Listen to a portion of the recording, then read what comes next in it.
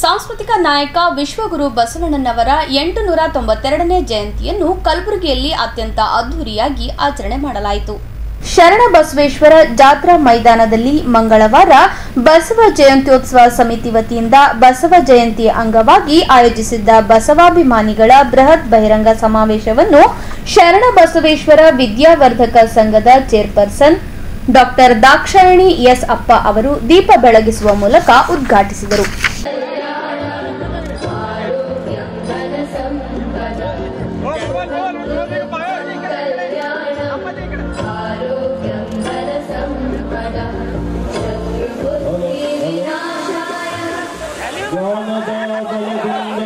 ಈ ವೇಳೆ ಸಮಾರಂಭವನ್ನುದ್ದೇಶಿಸಿ ಮಾತನಾಡಿದ ಬೆಳಗಾವಿಯ ಹುಕ್ಕೇರಿ ಬಸವ ಧರ್ಮ ಪ್ರಚಾರ ಸಂಸ್ಥೆಯ ಶರಣಬಸವ ದೇವರು ಬಸವಣ್ಣ ಕಾಯಕ ಮತ್ತು ದಾಸೋಹಕ್ಕೆ ಭದ್ರ ಬುನಾದಿ ಹಾಕಿದವರು.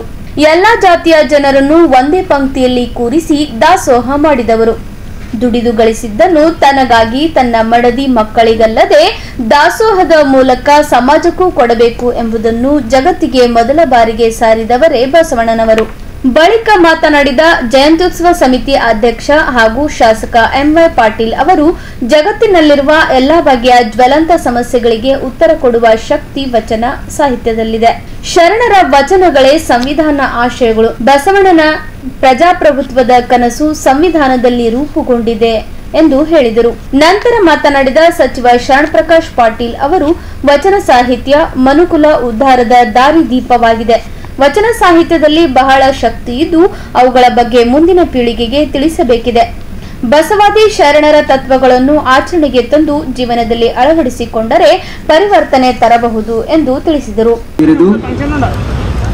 ಆಚಾರವೆಂಬ ಭಕ್ತಿಗೆ ಬಸವಣ್ಣನೆಂಬ ಜ್ಯೋತಿಯ ಮುಟ್ಟಿಸಲು ತೊಳಗೆ ಬೆಳಗುತ್ತಿದ್ದಯ್ಯ ಶಿವನ ಪ್ರಕಾಶ. ಶಿವಭಕ್ತರಿದ್ದ ಕ್ಷೇತ್ರ ಅಭಿಮುಕ್ತಿ ಕ್ಷೇತ್ರ ಎಂಬುದು ಹುಸಿಯೇ, ಶಿವಭಕ್ತರಿದ್ದ ದೇಶ ಪಾವನವೆಂಬುದು ಹುಸಿಯೇ. ನಮ್ಮ ಗುಹೇಶ್ವರ ಲಿಂಗದಲ್ಲಿ ಪರಮಾರಾಧ್ಯ ಸಂಗನ ಬಸವನ ಮಹಿಮೆಯ ನೋಡ ಸಿದ್ದರಾಮ. 12ನೇ ಶತಮಾನದ ಬಸವಾದಿ ಶರಣರ ಎಲ್ಲರನ್ನು ನೆನೆಸಿ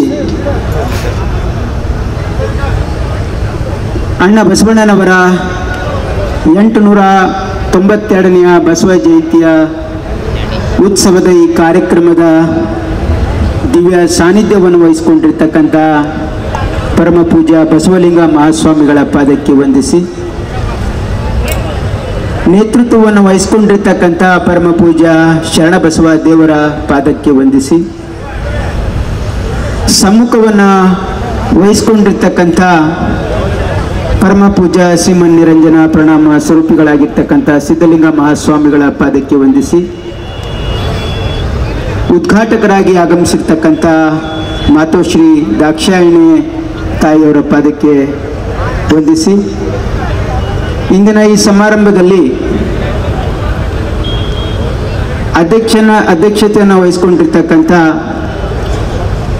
ಶರಣ ಎಂವೈ ಪಾಟೀಲ್ ಅವರಲ್ಲಿ ಕೂಡ ವಂದಿಸಿ ಮತ್ತು ವಿಶೇಷ ಉಪನ್ಯಾಸಕರಾಗಿ ಆಗಮಿಸಿರ್ತಕ್ಕಂಥ ಡಾಕ್ಟರ್ ಎಸ್ ಡಿ ಸಿದ್ದರಾಮಯ್ಯನವರಲ್ಲೂ ಕೂಡ ವಂದಿಸಿ, ಇಂದಿನ ಈ ಸಮಾರಂಭದಲ್ಲಿ ಉಪಸ್ಥಿತಕ್ಕಂಥ ಎಲ್ಲ ಮುಖ್ಯ ಅತಿಥಿಗಳೇ, ಇಲ್ಲಿ ದೊಡ್ಡ ಸಂಖ್ಯೆಯಲ್ಲಿ ನೆರೆದಿರ್ತಕ್ಕಂಥ ಎಲ್ಲ ಬಸವಾಭಿಮಾನಿಗಳೇ, ಇಂದಿನ ಈ ಸಮಾರಂಭ ಆಯೋಜನೆ ಮಾಡಿರ್ತಕ್ಕಂಥ ಮುಖ್ಯ ಉದ್ದೇಶ 12ನೇ ಶತಮಾನದ ಬಸವಾದಿ ಶರಣರ ಆಧ್ಯಾತ್ಮಿಕ ಕ್ರಾಂತಿಯ ವಿಶೇಷತೆ ಮತ್ತು ಅಣ್ಣ ಬಸವಣ್ಣನವರು ಮತ್ತು ಬಸವಾದಿ ಶರಣರು ಮನುಕುಲಕ್ಕೇನೆ ದಾರಿದೀಪವಾಗಿ ಹೊಸ ಮಾರ್ಗವನ್ನು ತೋರಿಸಿರ್ತಕ್ಕಂಥ, ಹೊಸ ಧರ್ಮವನ್ನು ಕಟ್ಟಿರ್ತಕ್ಕಂಥ ಆ ಬಸವಾದಿ ಶರಣರನ್ನ ನಾವು ನೆನೆದುಕೊಂಡು ಅವರ ಮಾರ್ಗ, ಅವ್ರು ತೋರಿಸಿರ್ತಕ್ಕಂಥ ಮಾರ್ಗದಲ್ಲಿ ನಾವೆಲ್ಲ ಸಾಗೋಣ ಅಂತಕ್ಕಂಥ ಒಂದು ಪ್ರಯತ್ನದಡಿಯಲ್ಲಿ ಇವತ್ತು ಈ ಕಾರ್ಯಕ್ರಮವನ್ನು ಹಮ್ಮಿಕೊಳ್ಳಲಾಗಿದೆ. ವಿಶೇಷವಾಗಿ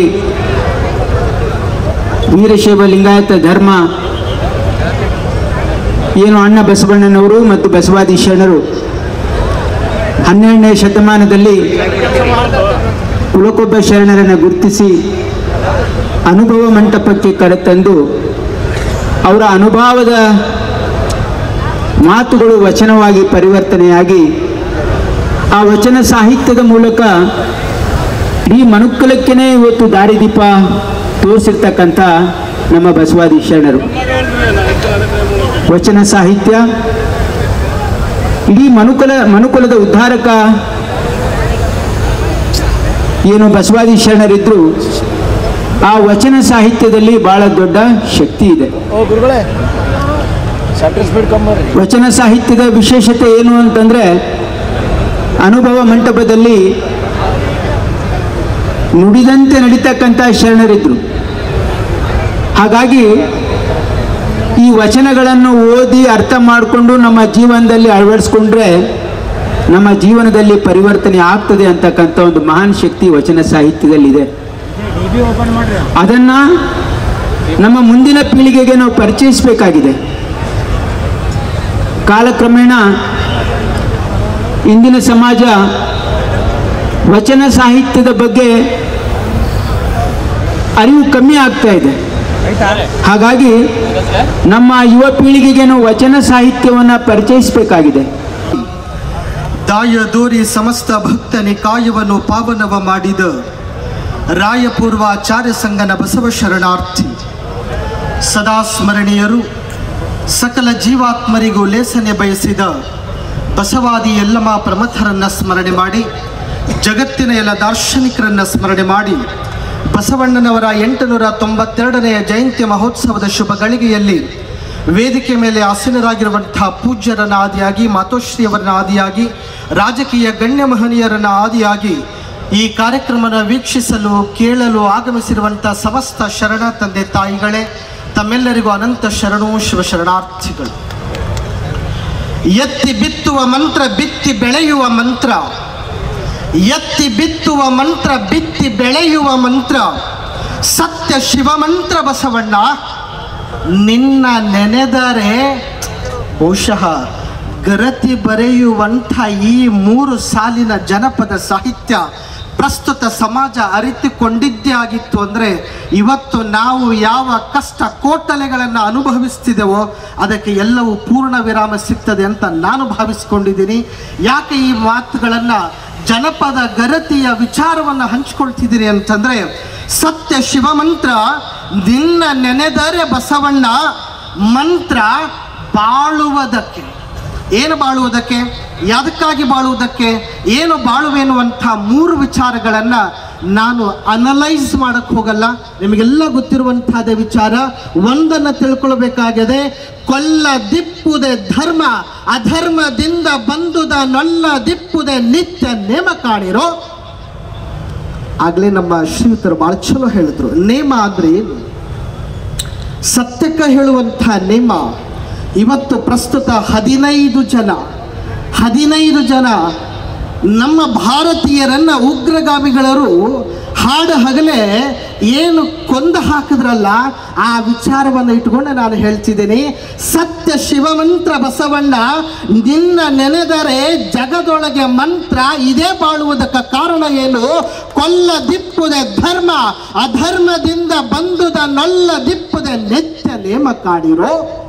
ಪರಧನ ಪರಸತಿ ಪರದೈವಂಗಳಿಗೆರಗ ದಿಪ್ಪುದೆ ನಿತ್ಯ ನೇಮ ಕಾಣಿರೋ. ನಮ್ಮ ಶಂಭು ಜಕೇಶ್ವರನಲ್ಲಿ ಸತ್ಯಕ್ಕೆ ಬರೆಯುವಂಥ ವಚನ ಯಾಕೆ ನೆನೆಸ್ಕೊಳ್ತಿದ್ದೀನಿ ಅಂತಂದ್ರೆ, ಬಸವಣ್ಣನವರ ಕಾಲಘಟ್ಟದೊಳಗೆ ಇರುವಂಥ ಸತ್ಯಕ್ಕ, ಕಸಗುಡಿಸುವಂಥ ಸತ್ಯಕ್ಕ, ಕಲ್ಯಾಣ ಬೀದಿಗಳನ್ನು ಸ್ವಚ್ಛಗೊಳಿಸುವಂಥ ಸತ್ಯಕ್ಕ ಅವಳು ಬರೆಯುವಂಥ ವಚನ ಪರಧನ ಪರಸತಿ ಪರದೈವಂಗಳಿಗೆರಗ ದಿಪ್ಪುದೆ ನಿತ್ಯ ನೇಮ ಕಾಣಿರೋ.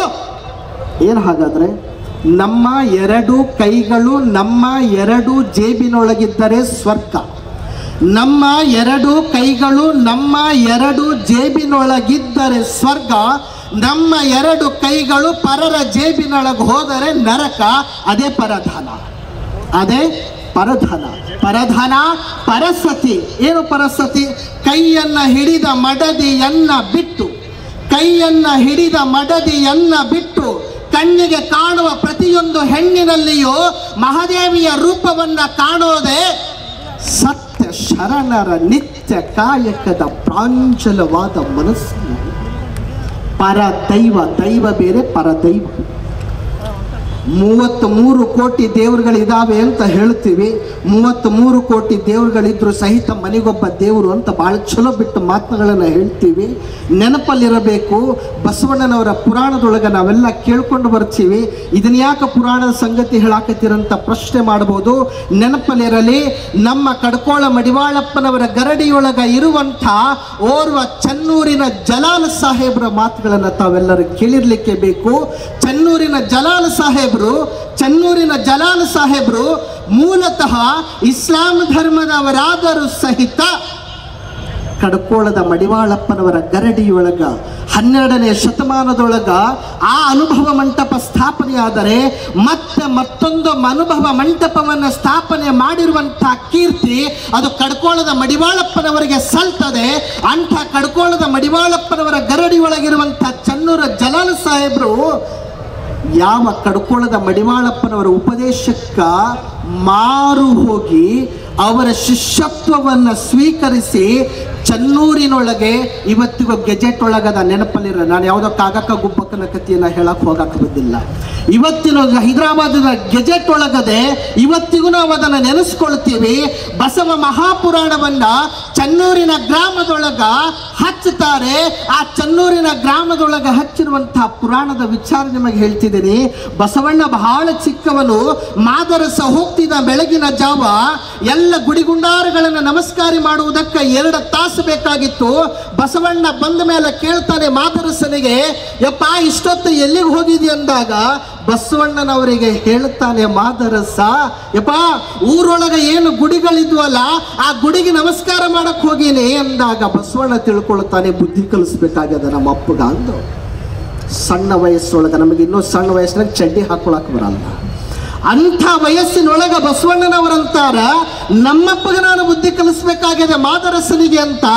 ಯಾವ ಅಪ್ಪ ತಂದೆ ಹೋಗ್ತಾನೆ ಬೆಳಗಿನ ಜಾವ ಮಾರನೇ ದಿವಸ, ಆ ಕ್ಷಣಕ್ಕೆ ಬಸವಣ್ಣನವರ ಬಾಲಕರಾಗಿರುವ ಬಸವಣ್ಣನವರು ಮನೆಯ ಮುಂದ 2 ಫೀಟಿನ ತೆಗ್ಗ ತೆಗೆದು ಕುಂತು ಬಿಟ್ಟಿದ್ರು. ಚಲೋ 100 ತೆಗ್ಗ ತೆಗೆದಿದ್ರು. ಅಪ್ಪ ಬಂದ ಕೇಳ್ತಾನ, ಇದು ಯಾಕೆ ತೆಗ್ಗ ತೆಗೆದಿಯಪ್ಪ ಅನ್ನೋರು. ಇದನ್ನ ಯಾಕೆ ತೆಗೆದಿ ಅಂದಾಗ ಬಸವಣ್ಣನವರಂತಾರ, ಏನಿಲ್ಲ ತಂದೆ, ನೀರಡಿಕಾಗಿತ್ತು, ನೀರು ಕುಡಿಬೇಕಾಗಿತ್ತು, ನೀರು ಕುಡಿಯಾಕ ಬಾವಿ ತೋಡಿನಿ ಅಂದ. ಪಾದದಲ್ಲಿ ಒಂದು ಸುತ್ತ, ಅದೇ ರೀತಿ ಉದ್ಘಾಟನೆ ಮಾಡಿದಂಥ ಪೂಜ್ಯರು ಮತ್ತು ದಾಸೋಹಿಗಳಾದಂಥ ತಾಯಿ ಡಾಕ್ಟರ್ ದಾಕ್ಷಾಯಣಿ ದೇವಿಯ ಚರಣ ಕಮಲಕ್ಕೆ ವಂದಿಸುತ್ತಾ, ಅದೇ ರೀತಿ ಮೈಸೂರಿನಿಂದ ಬಂದಂಥ ನಮ್ಮ ಸಿದ್ದರಾಮಯ್ಯನವರು ಅವರಿಗೂ ಕೂಡ ನಮಸ್ಕರಿಸುತ್ತಾ, ವೇದಿಕೆ ಮೇಲೆ ಆಶೀರ್ವಾದಂಥ ಅನೇಕ ಗಣ್ಯರಿಗೂ ವಂದಿಸುತ್ತಾ ಮತ್ತು ಇಲ್ಲಿ ಸೇರಿದಂಥ ಎಲ್ಲ ಶರಣ ಬಳಗಕ್ಕೂ ವಂದಿಸುತ್ತಾ, ಇವತ್ತು ಭಾಳ ಅದ್ಧೂರಿಯಾಗಿ ನಾವು ಬಸವ ಜಯಂತಿ ಮಾಡಬೇಕನ್ನೋ ಉದ್ದೇಶದಿಂದ ನಾವು ಈ ಸಭೆಯನ್ನು ಆಯೋಜಿಸಿದ್ದೇವೆ.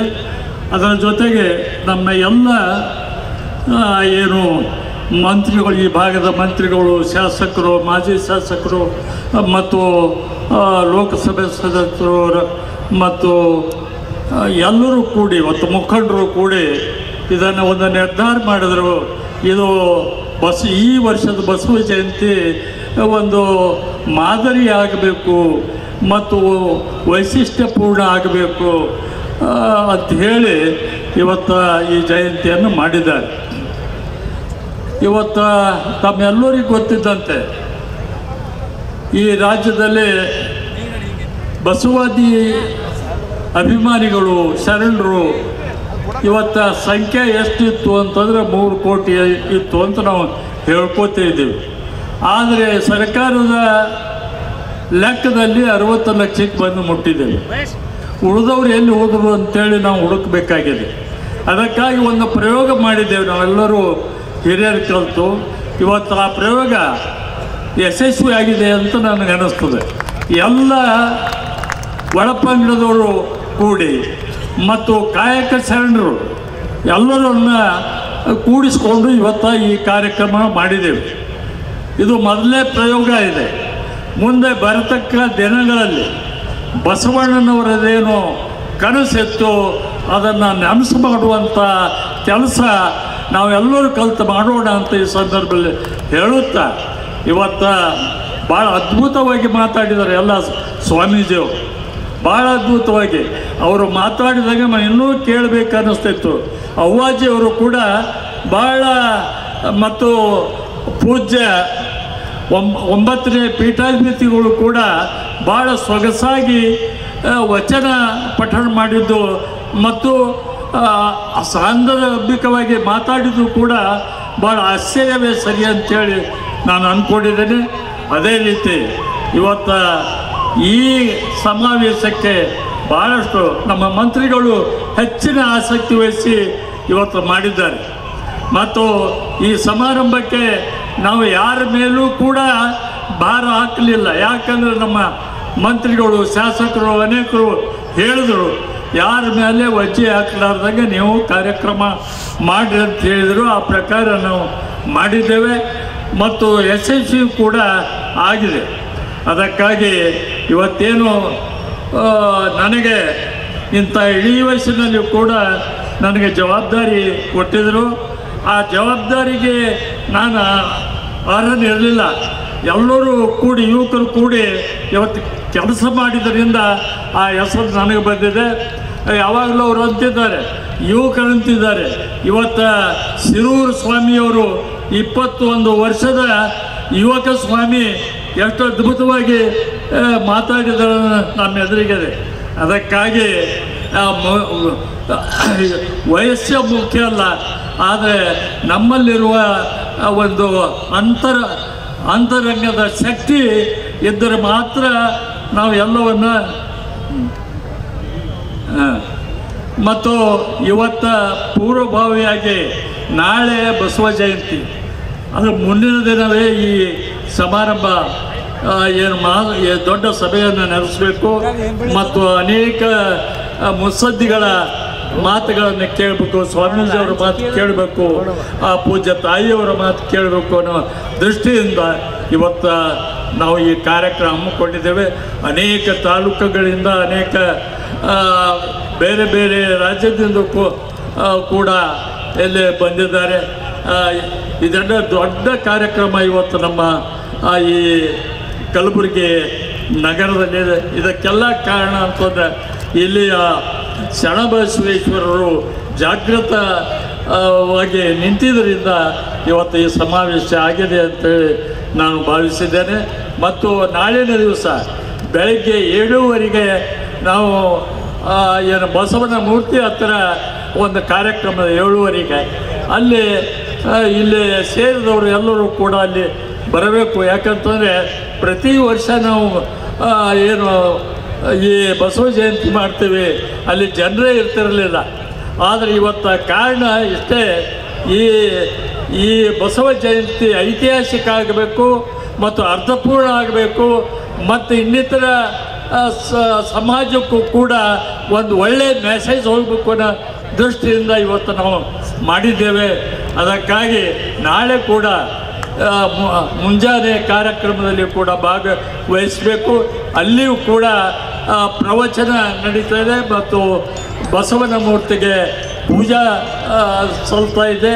ಮತ್ತು 4 ಗಂಟೆಗೆ ಏನು ನಾಳೆ 8:30 ಈ ಕಾರ್ಯಕ್ರಮ ಇದೆ ಮತ್ತು 4:30 ಗಂಟೆಗೆ ಒಂದು ಬೃಹತ್ ಏನು ಮೆರವಣಿಗೆ, ಎಲ್ಲ ವಾದ್ಯಗಳು ಮತ್ತು ವೇಷಧಾರಿಗಳು ಮತ್ತು ಶರಣರ ಭಾವಚಿತ್ರಗಳು ಮತ್ತು ನಮ್ಮ ವಚನ ಗ್ರಂಥದ ಮೆರವಣಿಗೆ ಇವೆಲ್ಲವೂ ಕೂಡ ನಾಳೆ ಆಗ್ತದೆ. ಅಲ್ಲಿ ನಾಳೆಯೂ ಕೂಡ ಭಾಳ ವಿಜೃಂಭಣೆಯಿಂದ ಈ ನಮ್ಮ ಈ ಕಾರ್ಯಕ್ರಮ ಆಗ್ತದೆ ಅಂತೇಳಿ ನಾನು ಬಯಸಿದ್ದೀನಿ. ದಯವಿಟ್ಟು ತಾವು ಮುಂಜಾನೆ ಕಾರ್ಯಕ್ರಮಕ್ಕೂ ಮತ್ತು ಸಾಯಂಕಾಲ ಮೆರವಣಿಗೆಯೂ ಕೂಡ ಹೆಚ್ಚಿನ ಪ್ರಮಾಣದಲ್ಲಿ ಬರಬೇಕು ಅಂತೇಳಿ, ನಮ್ಮ ಶಕ್ತಿಯನ್ನು ಕೂಡ ನಾವು ಪ್ರದರ್ಶನ ಮಾಡಬೇಕು ಅಂತೇಳಿ ಮತ್ತು ಯಾರ್ಯಾರು ಇಲ್ಲಿ ಬಂದಿದ್ರಿ ಎಲ್ಲರೂ ಪ್ರಸಾದವನ್ನು ಸ್ವೀಕರಿಸಿ ತೆರಳಬೇಕು ಅಂತೇಳಿ ಸಂದರ್ಭದಲ್ಲಿ ಹೇಳಿ ಮತ್ತೊಮ್ಮೆ ನಿಮ್ಮೆಲ್ಲರಿಗೂ ವಂದಿಸಿ ಇವತ್ತು ನಾನು ಜಯ ಬಸವೇಶ್ ಎಂದು ನನ್ನ ಮಾತನ್ನು ಮುಗಿಸ್ತೇನೆ. ಸನ್ಮಾನ್ಯ ಎಂ.ಐ. ಪಾಟೀಲ್. ಸಮಾರಂಭದಲ್ಲಿ ಕನ್ನಡ ಅಭಿವೃದ್ಧಿ ಪ್ರಾಧಿಕಾರದ ಮಾಜಿ ಅಧ್ಯಕ್ಷ ಎಸ್.ಜಿ. ಸಿದ್ದರಾಮಯ್ಯ, ಸಚಿವ ಶರಣಪ್ಪ ದರ್ಶನಾಪುರ್, ಬಾಗಲಕೋಟೆಯ ಬಸವಲಿಂಗ ಸ್ವಾಮೀಜಿ, ಯಡ್ರಾಮಿ ವಿರಕ್ತ ಮಠದ ಸಿದ್ದಲಿಂಗ ಸ್ವಾಮೀಜಿ, ರಾಜ್ಯ ನೀತಿ ಮತ್ತು ಯೋಜನಾ ಆಯೋಗದ ಉಪಾಧ್ಯಕ್ಷ ಬಿಆರ್ ಪಾಟೀಲ್, ಕೆಕೆಆರ್ಡಿಬಿ ಅಧ್ಯಕ್ಷ ಡಾ ಅಜಯ್ ಸಿಂಗ್, ಶಾಸಕರಾದ ಅಲ್ಲಂಪ್ರಭು ಪಾಟೀಲ್, ಬಸವರಾಜ್ ಮತ್ತಿಮೂಡ್, ವಿಧಾನ ಪರಿಷತ್ ಸದಸ್ಯರಾದ ಶಶಿಲ್ ಜಿ ನಮೋಶಿ, ಬಿಜಿ ಪಾಟೀಲ್, ತಿಪ್ಪಣ್ಣಪ್ಪ ಕಮಕ್ನೂರ್, ಜಗದೇವ್ ಗುತ್ತೇದಾರ್, ಅಖಿಲ ಭಾರತ ವೀರಶೈವ ಲಿಂಗಾಯತ ಮಹಾಸಭಾ ಜಿಲ್ಲಾ ಅಧ್ಯಕ್ಷ ಶರಣಕುಮಾರ್ ಮೋದಿ, ಕೂಡಾ ಅಧ್ಯಕ್ಷ ಮಜರ್ ಆಲಂ ಖಾನ್, ಕೆಕೆಸಿಸಿಐ ಅಧ್ಯಕ್ಷ ಶರಣು ಪಪ್ಪ, ಮುಖಂಡರಾದ ಅಮರನಾಥ್ ಪಾಟೀಲ್, ದತ್ತಾತ್ರೇಯ ಪಾಟೀಲ್ ರೇವೂರ್, ದೊಡ್ಡಪ್ಪಗೌಡ ಪಾಟೀಲ್ ನರಿಬೋಳ್, ಅರುಣ್ ಕುಮಾರ್ ಎಸ್ ಪಾಟೀಲ್ ಕೂಡಲಹಂಗರಗ, ಡಾ ಕಿರಣ ದೇಶ್ಮುಖ್ ಸೇರಿದಂತೆ ಹಲವರು ಭಾಗವಹಿಸಿದ್ದರು.